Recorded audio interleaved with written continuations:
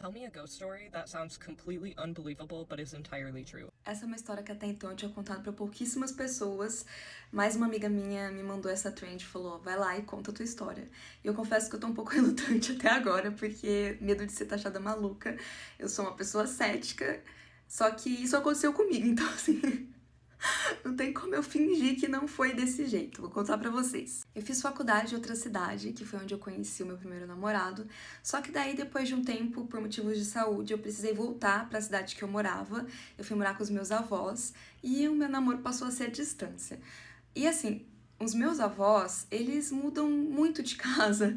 Quase todo ano eles estão em uma casa diferente. E nessa ocasião eles estavam morando num bairro super novo na minha cidade. Era um loteamento que estava começando a ter moradores e era cheio de terrenos ali vazios, então era muito mato, muita terra. Era bem inóspito e tava até meio inseguro porque tava tendo muitos assaltos, muitas invasões. A nossa casa foi até invadida uma vez que a gente não tava lá, mas isso é assunto para outro dia. O fato é que era muito vazio mesmo. Eu nunca morei num lugar tão vazio quanto esse lugar. E por ser vazio e por ser muito novo, ele também não tinha muito sinal, né? A internet nem se fala, mas até de telefone era um pouco difícil. Então, quando eu queria falar com meu ex, eu precisava ir pra fora de casa pra ficar o sinal um pouco melhor. E nesse dia em especial, estavam meus avós e minha tia, que também morava ali com a gente. Eles estavam assistindo televisão e era finalzinho de tarde, eu peguei o celular e fui pra fora. Bem na frente de casa tinha um banco de madeira tipo de praça, sabe? Então eu sentei lá pra conversar com meu ex. E a distância do banco até o portão de casa era como se fosse daqui até a minha prateleira ali de livros. Não era tão distante, sabe? Outra coisa importante, assim, de dizer é que eu era míope, ainda sou. Hoje em dia, meu grau é 3,75, mas na época era muito novinho. Ai, preciso espirrar. Era muito fraquinho, precisei espirrar. Era coisa de 1 grau, então assim, eu ficava muito sem óculos dentro de casa, porque eu enxergava, só não enxergava super nítido, mas eu enxergava tudo direitinho. Hoje em dia já não tem mais como fazer isso. E daí eu tava sentada ali no banco de madeira conversando com o meu ex. Eu lembro que a conversa não tava muito legal, a gente não tava brigando, mas também não tava assim um clima feliz. Eu tava de cabeça baixa quando eu vi um vulto assim, vindo aqui da lateral e parando em frente ao portão ali, em frente onde eu tava. Aqui as coisas começam a ficar um pouco engraçadas. Meu primeiro pensamento, na hora que eu ergui a cabeça, foi que era um senhor carregando a bicicleta do lado, assim, como se fosse um morador de rua e tivesse vindo pedir alguma coisa. Só que eu tava super perto e eu enxergava muito melhor. Hoje em dia, até sem óculos, enxergando tudo borrado, eu não confundiria as coisas desse jeito, mas enfim, vocês já vão entender. Logo de cara, eu parei de falar com o meu ex-namorado e fiquei paralisada. Eu senti um impulso muito grande de levantar e me aproximar pra ver o que ele queria. O que é uma coisa que não tem nada a ver com o que eu sou, assim. Normalmente eu até perguntaria mais de longe, eu jamais ia me aproximar de uma pessoa que eu não conheço, sabe? Mas num bairro que era perigoso, tava tendo índice de assalto e tudo mais. A gente ainda não tinha sido assaltado nessa época. Só que eu levantei e fui, eu parei de falar com meu ex e fui. Quando eu parei bem do lado do portão mesmo, né, fiquei a centímetros de distância deste senhor, eu percebi que não era um senhor.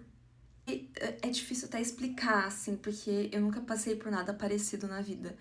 Mas não era um senhor, eu jurava que era um senhor carregando a bicicleta quando eu cheguei de perto. Era uma espécie de bode, só que ele tinha uma pele pelada, sabe? Aquela raça Sphinx de gato, que é um rosinha, assim, uma pele macia, que não tem pelo. Era desse jeito a pele, meio enrugadinha até, assim, com dobrinha, sabe?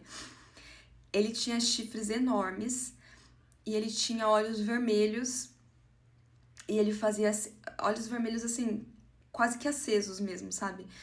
E ele olhava pra mim fazendo assim, ó, com a cabeça como se fosse uma cobra. Olhava bem nos meus olhos. E tava anoitecendo bastante. Nessa hora o sol já tinha terminado de descer, já tava ficando escuro rápido. E foi tudo muito rápido, assim. Só que, pra mim, parecia que eu tinha parado no tempo e tava ali há horas presa naquilo, sabe? Eu sei que é meio difícil de acreditar, mas era isso. Tinha um animal super grande me encarando, um animal que eu nunca vi na minha vida.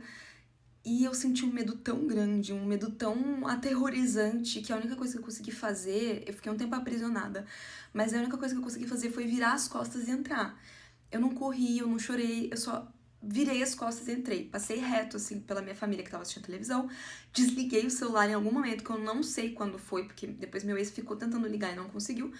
Me enfiei embaixo das cobertas no quarto e comecei a chorar, compulsivamente. Aí minha família percebeu que eu tinha entrado meio pálida e fui direto pro quarto, que não era uma coisa normal, e eles acharam que eu tinha brigado, alguma coisa, e foram ver o que tinha acontecido.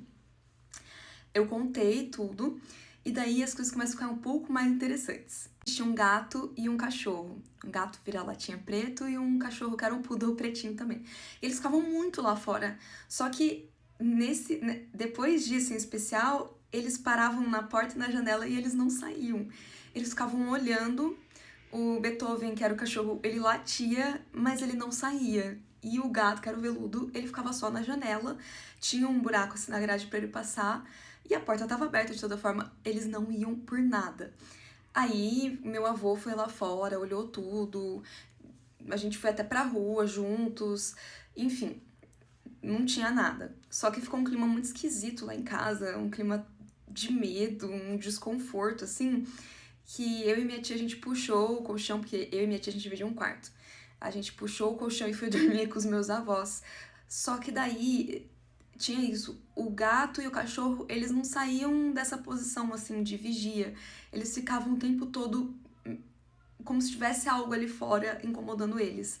E daí o meu avô me falou uma coisa que me marcou muito. Meu avô é um policial aposentado. E daí teve uma hora que ele falou assim pra mim: eu já tive uma arma apontada na minha cabeça e eu nunca senti tanto medo igual eu tô sentindo agora. Meu Deus! Fudeu. A pior coisa que tem é alguém que você quer que te proteja falar que tá com medo. Porque daí realmente fudeu, não tem o que fazer. Eu fiquei muito tensa, eu lembro que a gente ficou até altas horas conversando. Depois teve uma tempestade, e daí no dia seguinte, quando a gente acordou, o quintal e o carro estavam cheios de pegadas de terra. O carro assim todo em cima, pisado.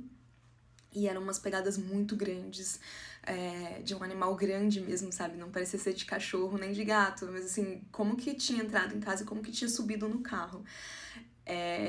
Enfim, não sei explicar. Eu só sei que daí teve uma outra coisa que eu descobri muitos anos depois que tem a ver com isso. Nessa época eu fui morar com os meus avós porque eu tava um pouco brigada com a minha mãe e a gente tava sem se falar já fazia um tempão. E daí ela me contou muito tempo depois, quando eu contei essa história pra ela ficou inteira arrepiada. Ela falou assim: nossa, teve um dia que eu acordei de madrugada com muito medo, era um medo que eu sentia nos ossos. E quando eu abri os olhos, eu vi uma criatura igualzinha a essa que você falou. E a gente acha que pode ser ao mesmo tempo, assim, porque batia, sabe, cronologicamente. Eu sei que é uma coisa que até hoje, quando eu penso, eu fico muito desconcertada, porque não tem nada racionalmente, assim, que possa justificar o que aconteceu. Eu sei o que eu vi, eu sei o que eu senti, eu sei como foi um clima tenso que ficou naquela casa depois, só que não tem como explicar. E foi isso. Nunca mais eu vi essa criatura na minha vida, ainda bem.